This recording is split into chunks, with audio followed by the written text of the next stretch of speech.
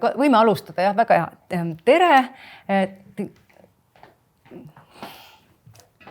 Vabandust, jah, proovime uuesti.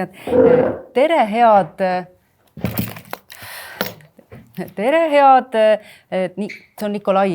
Ma tõesti vabandan, see on Nikolai selles mõttes, et ma sain ta kirjutada tuttu. Nikolai, kas sul on midagi kadunud? Kas sul on vaja midagi või mis sa otsid? On sul vaja midagi? Tegelikult jah, mul on vaja eesti keelt harjutada. Nii, aga miks sa siis ei harjuta? No sellepärast, et ma ei taha seda üksida teha. Ma tahan kellegagi rääkida. Saad aru, inimesega. Kuidagi niimoodi. Eesti keelt? Eesti keelt, jah. Sa mõtled nagu kellegagi, kelle jaoks eesti keel on emakeel või kes räägib seda nagu väga hästi, sa mõtled, jah? Jah, täpselt nii. No aga siis sul on vaja ju keelesõpra. Keelesõpra, jah.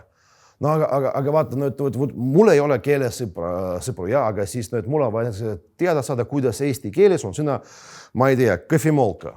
Kahvimolka. Ma saan sind aidata. See on kohviveski.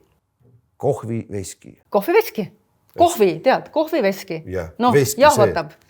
Veski. Et sul on kodus on väike veski, mis võtab tuulega. Tuult ei ole, see on elektriga, aga see tõesti ongi, seal sees muide on küll, mis nagu veski nagu vaata keerutab ja jahvatab. Ma sain oma ema-isa käest selle, see on päris vana, aga kohviveski ikkagi öeldakse kõige selle kohta, millega kohviube katki tehakse või purustatakse, et kohvi saada. Vot tead, see on kõik on väga nagu nunnu ja nännu, aga kui siis pärast jagu see nagu keelesõpra nagu programm ei käi ja mida siis mina teen? Kuidas? Et kust sa leiad keelesõpra? Kust ma leian? No hästi, vaatame. Ja ma usun, et sa praegu ise vastad mulle sellele küsimusele. Proovi. Võtame näiteks eile. Ole hea, Nikolai, mõtle järele. Kas sa eile kusagil nägid või kuulsid eesti keelt ja rääkisid eesti keelt? Jaa, eile ma olen võtteplatsil, mul oli võtte ja ma seal rääkisin eesti keeles. Võtsid mida? Võtsid mida? TV-sarja. Filmivõtted. Filmivõtted ja sa rääkisid eesti keeles seal? Jah, ma rääkisin seal partneritega, siis grimeerijaga, kostümeerijaga, lavastajaga, režööriga ja siis meie masovkaga ka. Kas sa saad aru praegu, et sa lugesid üles rohkem kui 5 keelesõpra, kellega sa eile said eesti keelt harjutada, kui sa nendega eesti keelt rääkisid? Aga hästi, eile. Nii, vaatame, kuidas sul täna läinud on.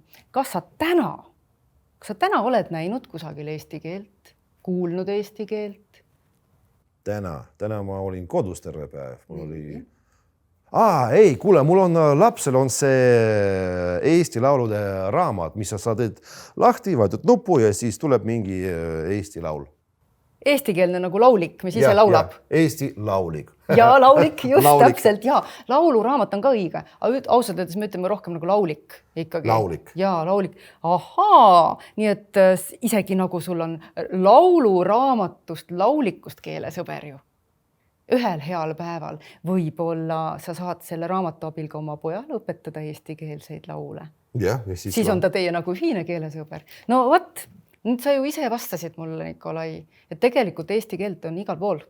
Ja eesti keele rääkijaid on ka igal pool ja meie ümber tuleb lihtsalt ise märgata, olla julge, võtta see risk, et vestelda kas või juhusliku vastutuljaga, naabrimehega näiteks, või helistada mõnele vanale sõbrale, küsida, kuidas tal läheb ja katsetada. Ja katsetada ja hoida keelesõpru ka. Hoida keelesõpru selles mõttes, et võib-olla on keelesõbral sinust ka kasu. Sina õpetasid mulle ju sellise venekeelse sõna nagu bigudi, kui me koos olime eesti keele messil ja mina jooksin lokirullid peas ringi ja ma ei teadnudki, et ma jooksin bigudidega ringi. Ja kui sa selle sõna ütlesid, ma arvasin, et kas see mingi et ma jooksuaeg või jooksen kuhugi või mis see nüüd on siis, aga lokirullid, nii et mina sain omakorda sellest kasu. Nii et Nikolai, jätka otsinguid, sest et on mida leida. Kasuta keelesõpru ja ma küsin kohe praegu juurde. näiteks nüüd täna, mis saab edasi, kus on sinu järgmine keelesõber, mis sa arvad?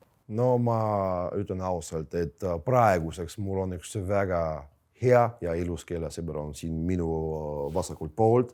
Ave, suur aitäh, ma nüüd tean, et Eesti laulik, sina ja siis veel teine, et kohviveski, see on minu jaoks on üldse nagu siukene, mis mulle väga meeldib.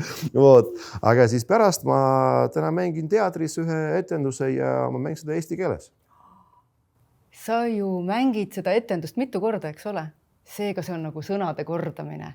Täpselt nii. Head eesti keelega sõbraks saamist sulle, Nikolai, ja meie järgmise vestluseni siis. Aitäh ja ootan põnevusega.